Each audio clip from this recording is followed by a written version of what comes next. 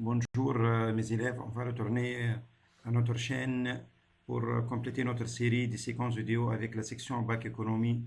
Cette fois, on va corriger ensemble les sujets des bacs pratiques pour l'année 2022. Le quatrième sujet normalement a été passé à 13 heures. Donc ça c'est l'énoncé de notre sujet si vous voulez, qui est formé par trois pages. Donc la première page concerne la partie gestion des données avec l'application Microsoft Access. Par la suite, donc, dans la deuxième page, on a la partie analyse de données avec la bibliothèque Panda du langage Python. Et la page 3, comme d'habitude, c'est la page qui contient l'annexe des méthodes et des propriétés de cette bibliothèque Panda qu'on va utiliser. Juste ici, j'ai coloré et j'ai identifié, si vous voulez, les instructions qu'on va utiliser. Donc ici, c'est pour répondre à la première question, on va faire l'importation. Ça, c'est pour afficher notre data frame. Question numéro 2, on va la voir par la suite si vous voulez. Ça, c'est question numéro 3 pour... on va renommer une colonne par un autre nom si vous voulez. Question numéro 4, on va modifier la valeur d'une cellule. Numéro 5, on va créer ou bien on va ajouter une nouvelle colonne qui va contenir le résultat d'une opération de calcul. Et 6, c'est la création du graphique. Donc tout ça, en tout cas, on va le voir par la suite lorsqu'on traite la partie analyse des données. Pour le moment, je vais retourner à la première partie et je vais commencer avec, donc tout d'abord, la partie importante ou bien remarque ici, il a dit dans le répertoire BAC 2022, situé sur la racine du disque local, c'est le point.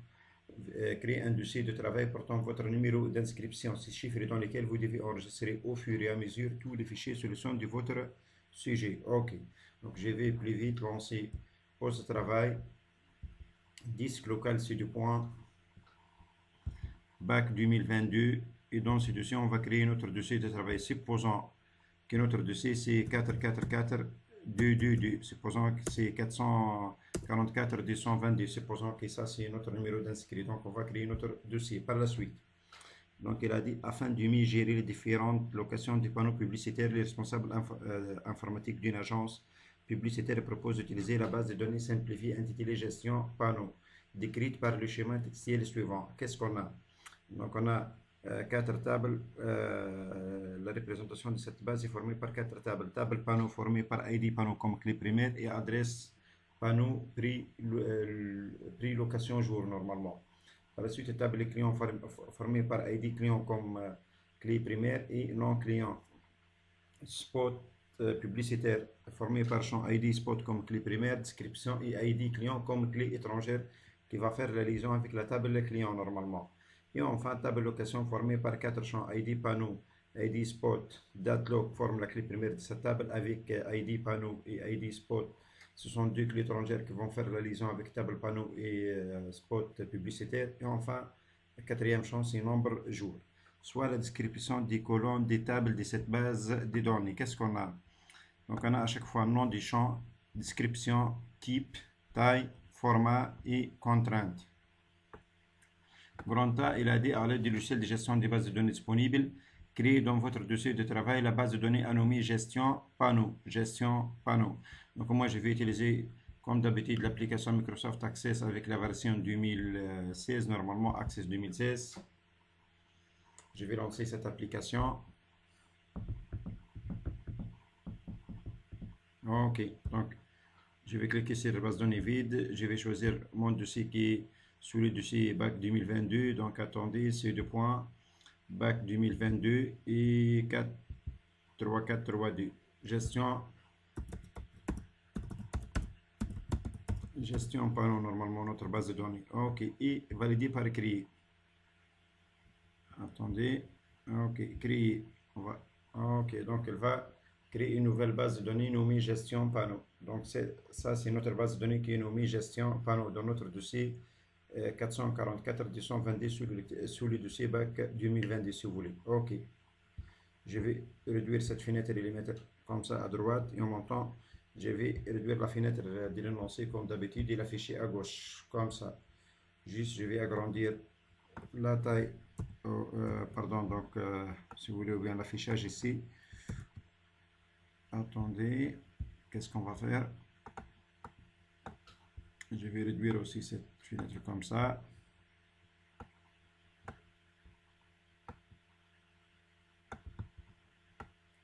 Ok. Petit 2, c'est quoi?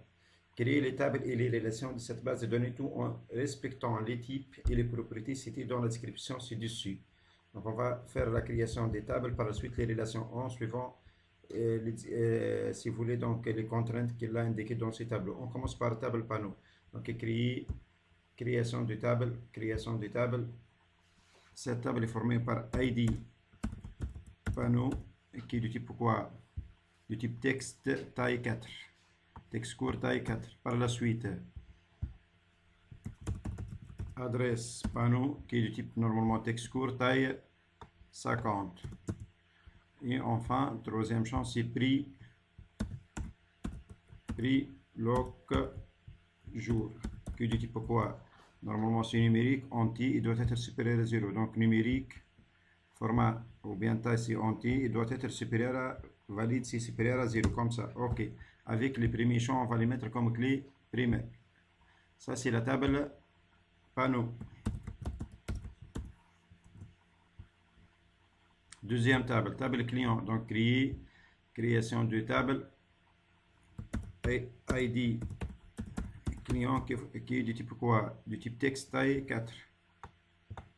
Par la suite, 4, pardon. Par la suite, nom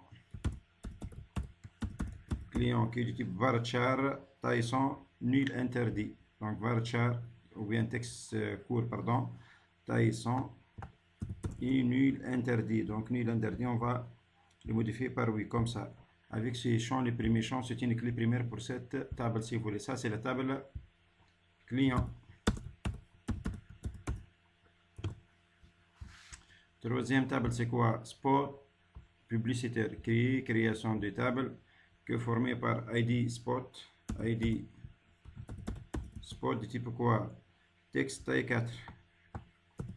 Par la suite, description, c'est du type texte normalement, taille 100. Ok, et troisième champ, c'est ID client qui est du type texte taille 4 normalement. Ok, texte taille 4.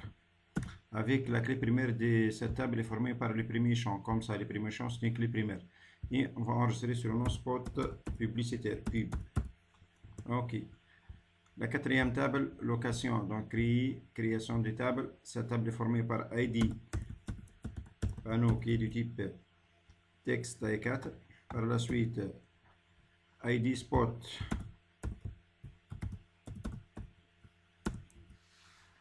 qui est du type quoi? ID spot, c'est du type texte aussi taille 4. Date loc, normalement c'est du type date.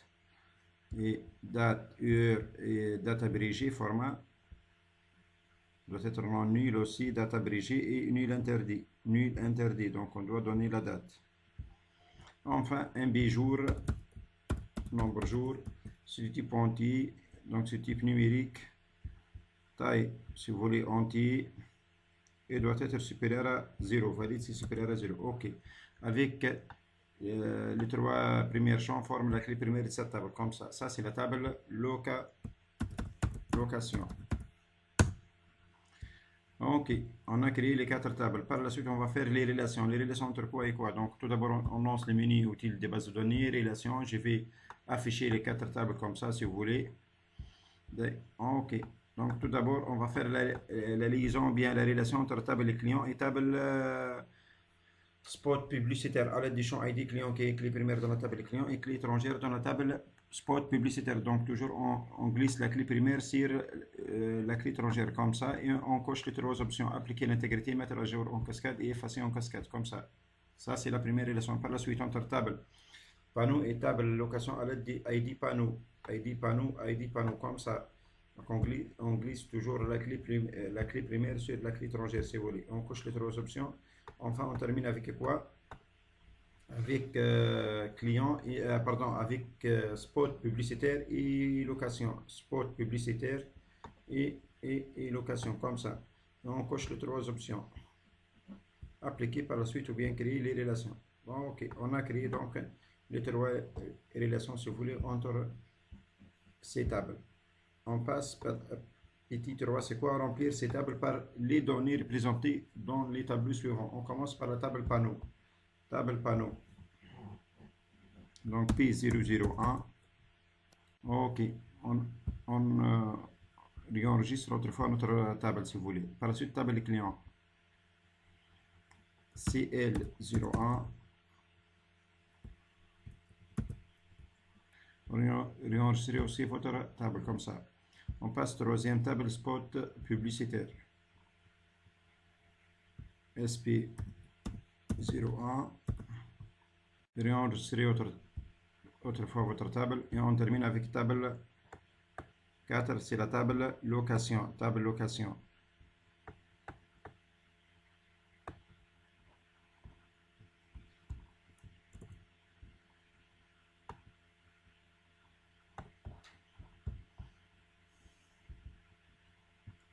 P001, SP02.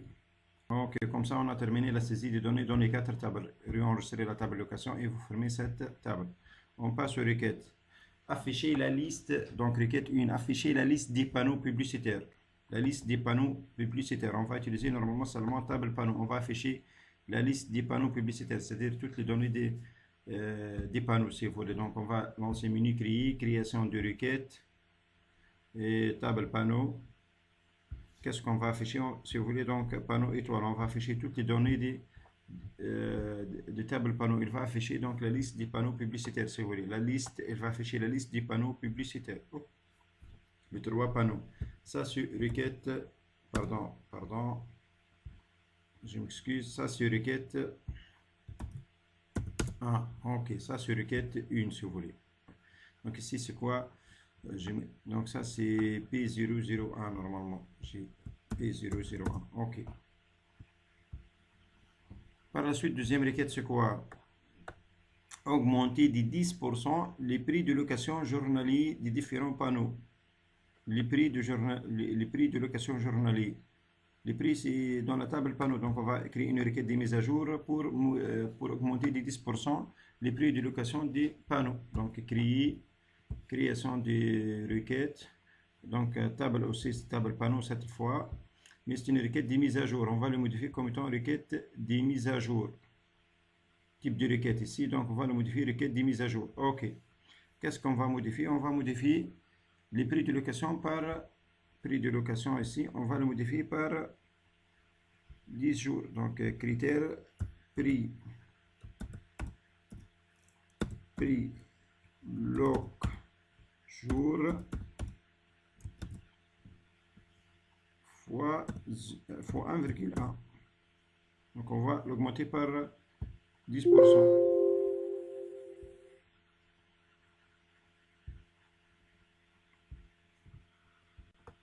Ok, je m'excuse. Donc, la modification dans la clause mise à jour, si vous voulez. Ok, exécuter. Qu'est-ce qu'elle va faire? Est-ce que vous êtes sûr que vous voulez modifier 3 lignes? Oui.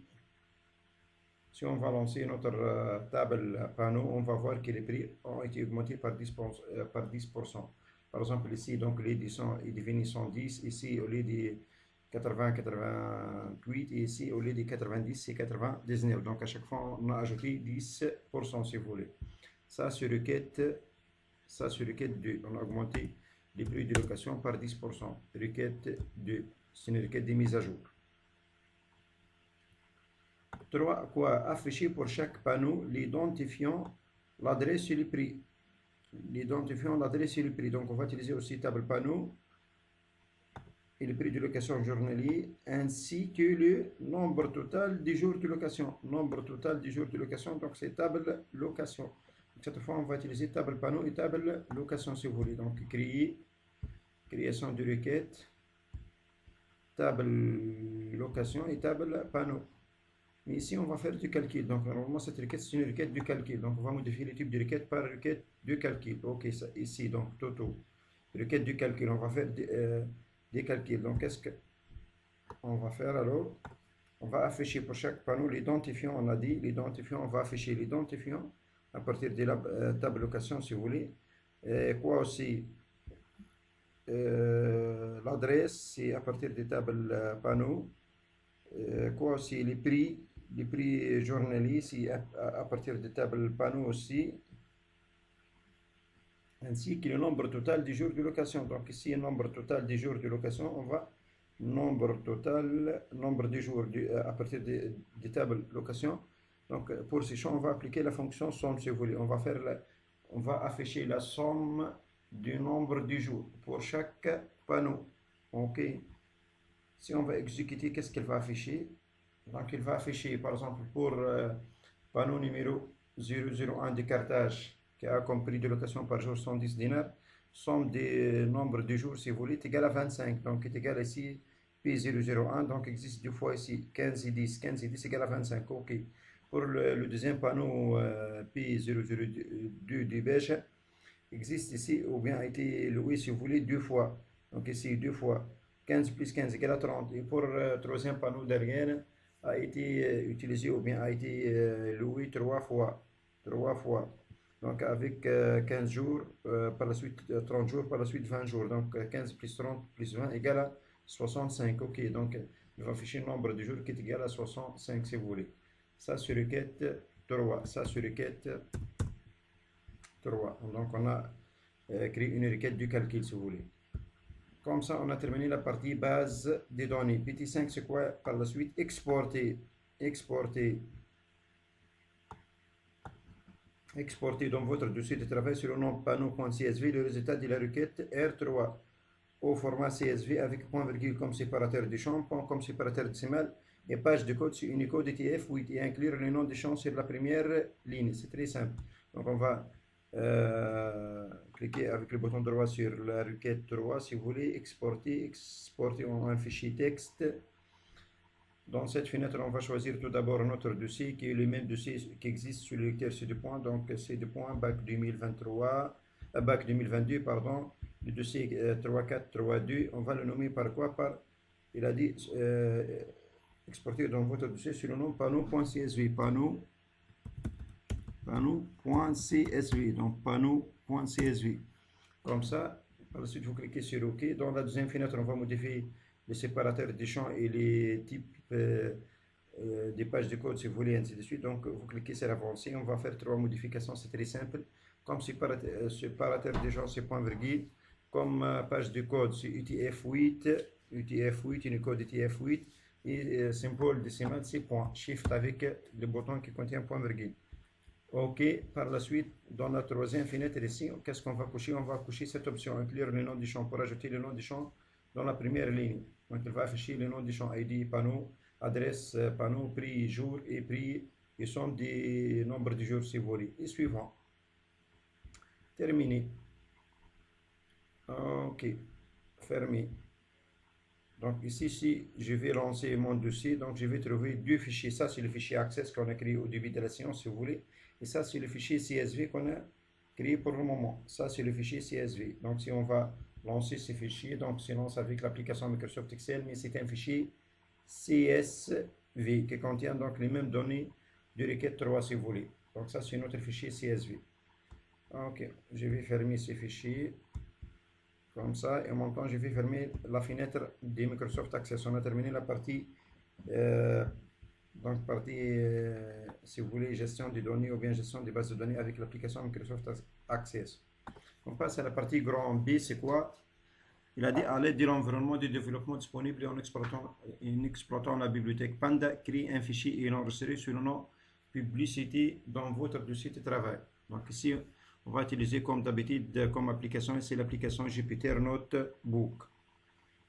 On va lancer notre application pour créer notre fichier. Tout d'abord, on doit choisir notre dossier de travail qui est le même dossier sous les dossiers BAC 2022 qui est ce dossier, si vous voulez, 343D. Sélectionnez un dossier. On va attendre quelques secondes.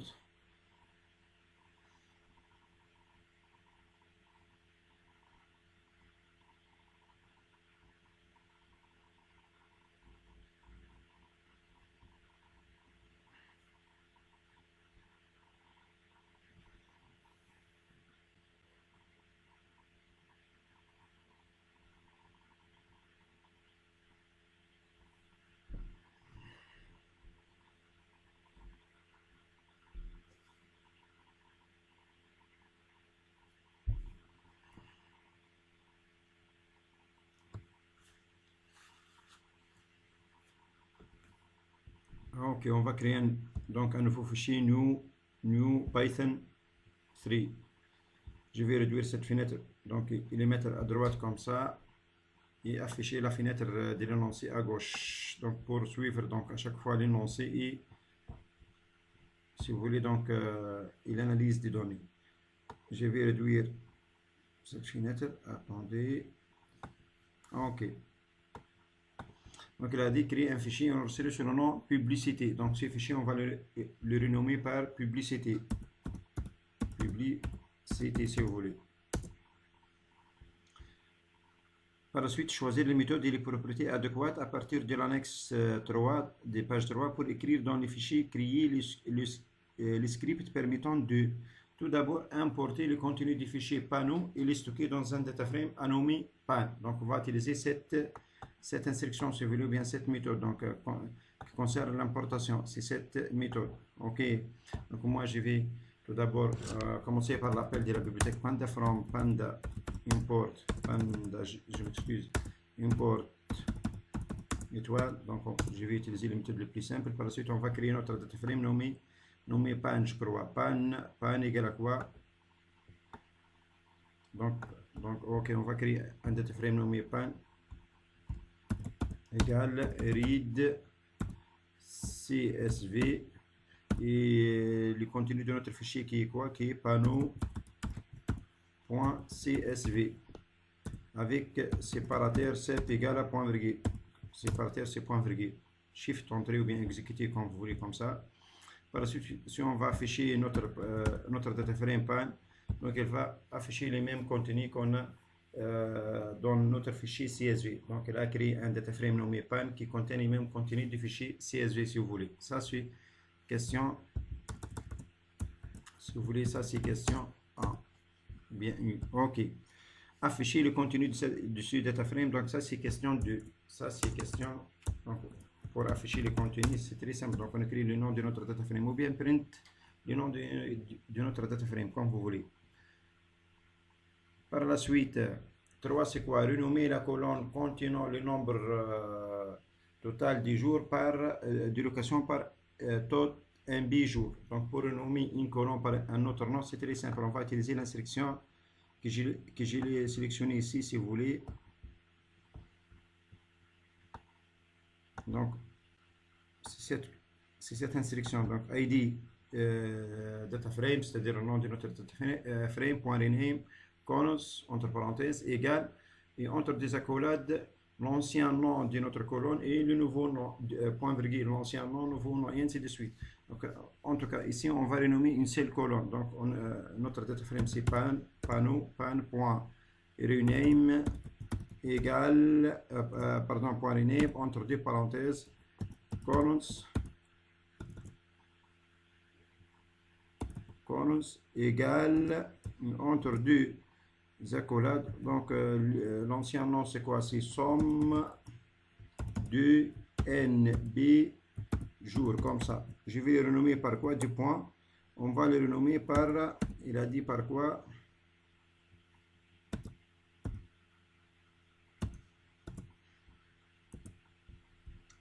On va le renommer par tot MB jour. Tot avec T au majuscule, donc tot MB jour, comme ça. In place égale à, je vais ajouter in place égale à true. Donc pour modifier les données physiquement si vous voulez ou bien dans notre data frame, comme ça. Si on va afficher autrefois notre data frame, qu'est-ce qu'elle va faire? Donc elle va modifier le nom de la colonne somme de MB jour par tot MB jour. Ça c'est question. Ça c'est question 3. Ok. Et à chaque fois vous devez réenregistrer votre fichier comme ça.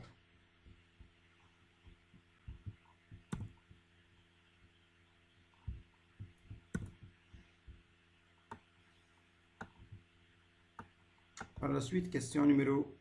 Attendez.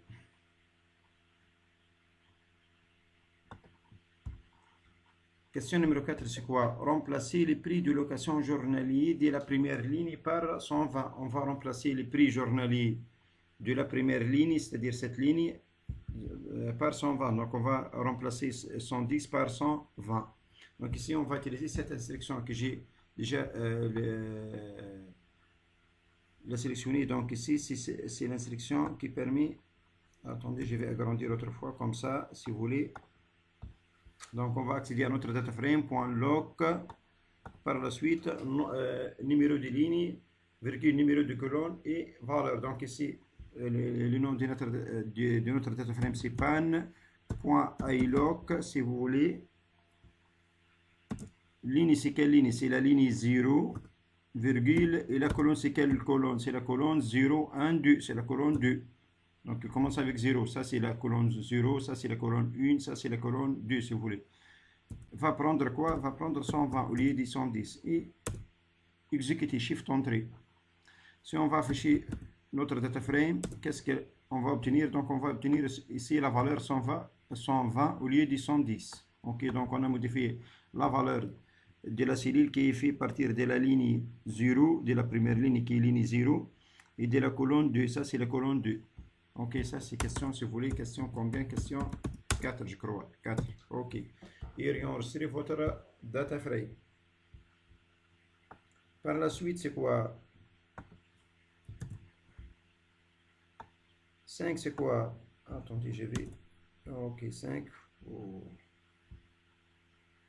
5, c'est quoi? Calculer et afficher pour chaque panneau les prix total de location dans une nouvelle colonne à nommer Total Loc, sachant que Total Loc égale à prix loc du jour fois tot MB jour. Donc on va ajouter une nouvelle colonne qui contient total des prix de location qui est égal au produit de multiplication, si vous voulez, du prix loc jour fois tot MB jour. Ok. Donc on va utiliser, si vous voulez, cette instruction. Donc numéro 5. Donc on va accéder à notre data frame, on va créer une nouvelle colonne, si vous voulez, qui est nommée tot prix loc, je crois bien quoi, égale à. Et ici, donc, au lieu de donner une valeur, on va donner, si vous voulez, le produit ou bien de multiplication de deux autres colonnes. Colonne prix loc jour fois colonne tot MB jour. Donc, en tout cas, je vais retourner pour voir le nom de la colonne, c'est tot loc. Donc, qu'est-ce qu'on va faire? On accède à notre panneau. On va créer une nouvelle colonne nommée total. C'est comme ça, total loc avec L en majuscule égale à panneau, pan de quoi? Attendez, je m'excuse. Donc le premier champ c'est prix c'est comme ça, prix loc jour fois pan de quoi? Deuxième colonne qui est tot, T au majuscule, NB, N au majuscule et jour, J au majuscule. C'est comme ça. Exécuter. Si on va afficher autrefois notre panneau, qu'est-ce qu'il va afficher? Donc il va afficher une nouvelle colonne ici après tot nombre jour. Il va afficher une autre colonne nommée total loc qui est égale à chaque fois au produit de multiplication de ces deux colonnes, si vous voulez, des prix loc jour fois tot MB jour. Par exemple ici, donc 120 fois 25 égale à 3000. 88 fois 30 égale à 2641, ainsi de suite. Ça c'est question 5. Question 5, on a créé une nouvelle colonne qui contient le produit des deux autres colonnes, si vous voulez. Question 5. On termine avec question 6. Il a dit créer un graphique à barre de couleur verte représentant les prix de location journaliers en fonction des identifiants des panneaux publicitaires ayant pour titre les prix de location du panneau. Donc ici, on va utiliser l'instruction spécifique pour créer un graphique. C'est donc pour créer les graphiques. Donc ici, c'est cette instruction, bien cette méthode. Nom de notre data frame, .plot, .bar, et on donne entre parenthèses le nom de qu'est-ce qu'on va afficher dans l'axe des abscisses, qu'est-ce qu'on va afficher dans l'axe des ordonnées, quel est le titre du graphique si vous voulez, et quelle est sa couleur si vous voulez, comme ça. Donc on va utiliser cette instruction qui est colorée ici. Donc je vais retourner à notre question. Donc pour accéder à notre data frame c'est pan, donc notre data frame c'est pan.plot.bar, ok, entre parenthèses, et on donne donc tout d'abord dans l'axe des si vous voulez, on commence par color. Si vous voulez, color égale à green, virgule. Par la suite, donc, représentant les prix de location en fonction des identifiants. Donc, dans l'axe des X, les identifiants, dans l'axe des X égale à ID panneau égale à ID panneau, c'est comme ça. Et dans l'axe des ordonnées, qu'est-ce qu'on va afficher? L'axe des ordonnées, on va afficher les prix total, je crois. Les prix de location journalier. Les prix de location journalier. Donc, est égal à prix loc jour. Prix, P en majuscule, prix loc jour. Comme ça. Et quoi aussi? Donc, le couleur.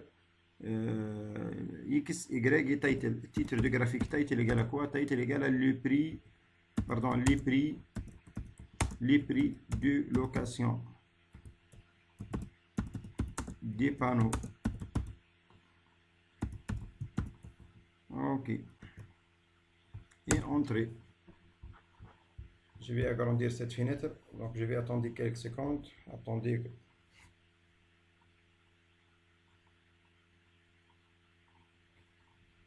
Ok, on a une petite faute. Donc ici, le nom du champ, c'est jour avec J au majuscule. J au majuscule. Prix loc jour avec J au majuscule. Exécuté autrefois. On va attendre quelques secondes.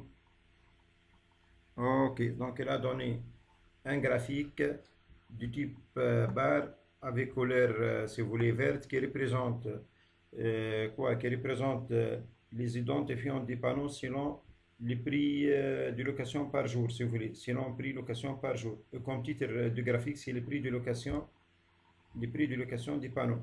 Ok, ça c'est question 6, si vous voulez. Et enregistrer autrefois votre fichier. Comme ça, on a terminé notre sujet. Donc, si vous voulez, je vais vous montrer donc pour la dernière fois donc les instructions qu'on a fait avec la partie Panda. Donc, l'importation de la bibliothèque Panda. Par la suite, la création de notre data frame. Ça, c'est question 1. L'affichage, question 2. Par la suite, on a renommé une colonne par un autre nom. Ça, c'est question 3, si vous voulez. Question 4, on a modifié la valeur d'une cellule, donc qui fait partie d'une ligne, de la première ligne, si vous voulez, et de la troisième colonne, qui est la valeur ou bien qui est le prix de location par jour. Par la suite, question 5, on a créé une nouvelle colonne qui contient le produit des deux autres colonnes de notre data frame. Et enfin, question 6, on a fait la création d'un graphique, si vous voulez, sous forme d'histogramme, sous forme de barres, pardon, qui représente quoi? Qui représente les identifiants des panneaux selon les prix de location journalier, si vous voulez. Ok. Et comme titre de graphique, c'est les prix de location des panneaux. Donc, enregistrez votre fichier. Comme ça, je vais fermer cette fenêtre. Ça, donc, comme ça, on a terminé notre sujet, si vous voulez, notre devoir. Je vais fermer aussi la fenêtre de l'énoncé. Juste la dernière chose, donc on va retourner à notre dossier pour voir quels sont les fichiers qu'on a ici. Donc on a le fichier gestion panneau qui est le premier fichier Access. Par la suite, le fichier panneau qui est un fichier CSV. Et finalement, donc le fichier publicité, si vous voulez, qui est un fichier notebook. Donc c'est un fichier concernant la partie analyse des données. Donc merci pour votre attention et à la prochaine vidéo, Inch'Allah.